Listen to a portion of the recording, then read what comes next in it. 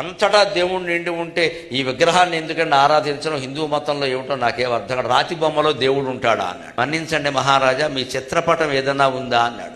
బోల్డ్ ఉన్నాయండి. మా పెద్ద ఫోటో మంచి అందమైన తెప్పించాడు. వెంటనే ఏమీ మాట్లాడకుండా ఆ ఫోటో అక్కడ పెట్టమని తుపుక్కుని ఉమ్మాడు వివేకానందుడు ఆ ఫోటో మీద, ఆ రాజుగారి ఫోటో మీద. ఈయనకి పిచ్చి కోపం వచ్చేసింది. నా మీద ఉమ్ముతారా? నా మీద నేను నీ మీద ఉమ్మలేదయ్యా, నీ ఫోటో మీద ఉమ్మాను.